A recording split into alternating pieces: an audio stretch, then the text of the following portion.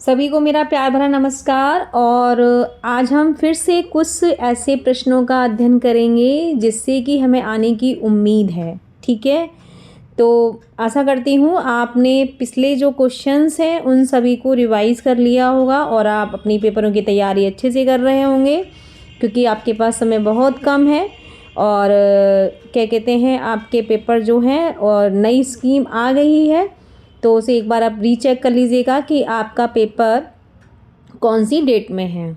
ठीक है, तो और यदि अपने टीचर से जो है जो आप थोड़ा सा पूछिएगा कि आपका जो रिवाइज़ है यदि आपको समझ में नहीं आ रही है तो अपने टीचर से आप पूछ सकते हैं। ठीक है, तो जो पुराने जो मैंने क्वेश्चन पढ़ाए हैं या पुरानी जो वीडियो मेरी पोस्ट की हुई हैं तो आप उन सभी को देखिएगा, है ना। तो उनमें से क्या है कि आपको बहुत सारे क्वेश्चंस आपको आसानी से मिल जाएंगे। ठीक है, तो उसी के साथ हम आज नई श्रृंखला के साथ उपस्थित हुए हैं और सबसे पहले क्वेश्चन की तरफ बढ़ते हैं हम कि प्रथम रश्मि का आना रंगड़ी तूने कैसे पहचाना। इन पंक्तियों के रचनाकार कौन है आपके? सुमित्रा नंदन पंत।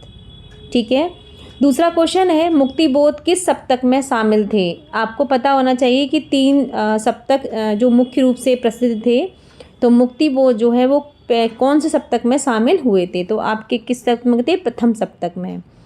तीसरा क्वेश्चन है कि शोध नए तथ्यों की खोजी नहीं, उनके तर्क सम्मत व्याख्या भी है। तो ये लाइन जो है किसने कही है? विनय मोहन शर्मा ने ये लाइन बोली है। ठीक है, इसके बाद अगला क्वेश्चन है कि सरहपा की सभी रचनाएं किस में मिलती हैं? मुक्तक काव्य में। दलपति विजय की रचना कौन सी है? खुमान रासो। नाद न बिंदु न रवि न शशि मंडल, यह पंक्ति किसने कही है? सरहपा ने कही है। अगला क्वेश्चन है कि भक्तमाल के रचनाकार कौन है? नाभादास। प्रभु जी तुम चंदन हम पानी, पंक्ति के रचयिता कौन है? रैदास। भारतवर्ष का लोक नायक वही हो सकता है जो समन्वय करने का अपार हृदय लेकर आया हो, यह वक्तव्य किस कवि के लिए है? तुलसीदास। संतन को कहाँ सीकरी सो काया, यह पंक्ति किस कवि की है? कुंभनदास। संतन को कहाँ सीकरी सो काया, या मुझे लगता है ये प्रिंटिंग मिस्टेक हो गई है, सो काम होगा शायद यहाँ पर, तो है ना। तो यह पंक्ति किस कवि की है? कुंभनदास। नहीं पराग नहीं मधुर मधु, नहीं विकास यही काल, ये किसने कही है? ये बिहारी की पंक्ति है। लज्जा किस काव्य का सर्ग है? यानी कि लज्जा जो है वो किसका है? कामिनी। कामिनी एक महाकाव्य है। क्या है? ये क्वेश्चन भी आ सकता है कि कामिनी को कैसा कहते हैं? प्रबंध काव्य कहते हैं कि मुक्तक काव्य कहते हैं, तो एज ए क्या है? ये एज ए महाकाव्य है। किस कवि को प्रकृति का सुकुमार कहा जाता है? सुमित्रा नंदन पंत को। कलंगी बाजरे की कविता के कवि कौन है? अज्ञे। और इसके बाद अगला क्वेश्चन है आपका क्वेश्चन नंबर 15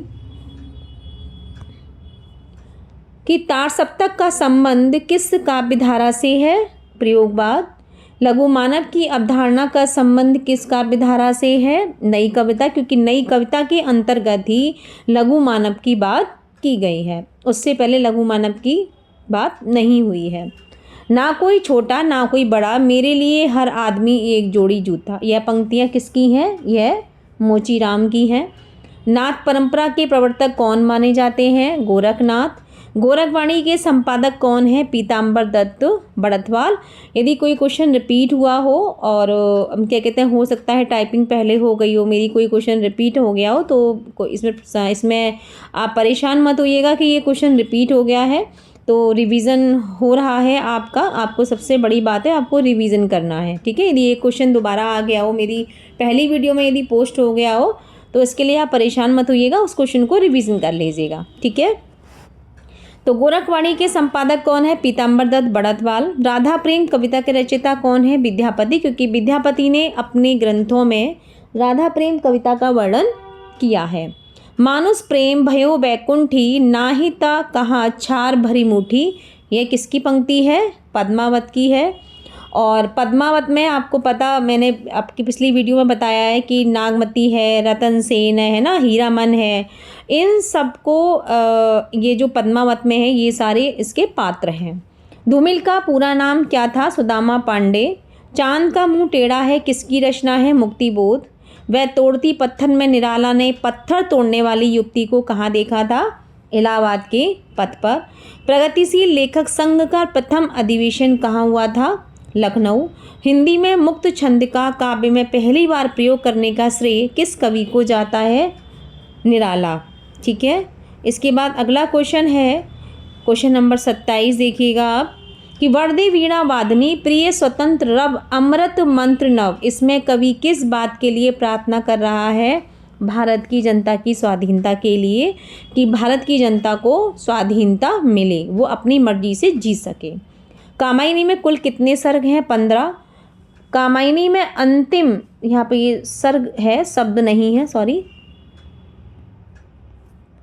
अंतिम जो सर्ग का नाम है वो है आपका आनंद।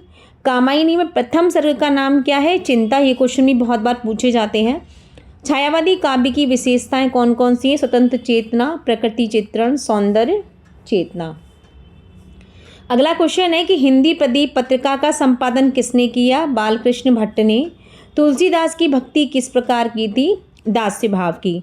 आपके जो भी, यदि आपको वीडियो पसंद आ रही हो और आपको लगता है कि इन क्वेश्चन में, आशा करती हूँ 100% मतलब 99% आपको इसी में से पेपर मिल जाएगा। ठीक है, और आपको वीडियो पसंद आ रही हो, क्वेश्चन समझ में आ रहे हो, पसंद आ रहे हो, तो अपने दोस्तों को शेयर करें, लाइक करें। ठीक है, रामचरितमानस में कुल कितने कांड हैं? 7। सूरसागर किस भाषा में लिखा गया है? ब्रजभाषा। बासल रस का सम्राट किस कवि को कहा जाता है? सूरदास को। कबीर के बीजक के भाग कौन कौन से हैं? साखी, सबद और रमैनी। इसके बाद अगला क्वेश्चन देखिएगा, संदेश रासक के रचयिता कौन है? अब्दुल रहमान। दोहा कोश किसकी रचना है? सरहपा। प्रथम तार सप्तक का प्रकाशन कब हुआ? 1943। मैंने इन क्वेश्चनों को मतलब वैसे नहीं लिया है यूनिट वाइज या वैसे, मैंने पूरे सिलेबस में से मैं उठा रही हूँ उन क्वेश्चनों को कि आपके कौन कौन से क्वेश्चन इसमें से मोस्ट इम्पोर्टेंट हैं जो आने की संभावना है। ठीक है, जो आपको पेपर में मिल सकते हैं। आपके मन में ये ख्याल नहीं आना चाहिए कि ये जो क्वेश्चन है ये आपके क्या कहते हैं यूनिट वाइज नहीं है, या है ना, आपको सिर्फ क्वेश्चनों की प्रैक्टिस से ऑल ओवर पूरे सिलेबस से मैं इन क्वेश्चनों को उठा रही हूँ, ले रही हूँ। तो आप बस इनकी क्या कहते हैं आप प्रैक्टिस करिएगा और इन पे क्या कहते हैं इनको आप लाइक करिएगा एंड शेयर करिएगा। ठीक है, जिससे कि और भी स्टूडेंट को इन क्वेश्चनों से फ़ायदा मिल सके। धन्यवाद।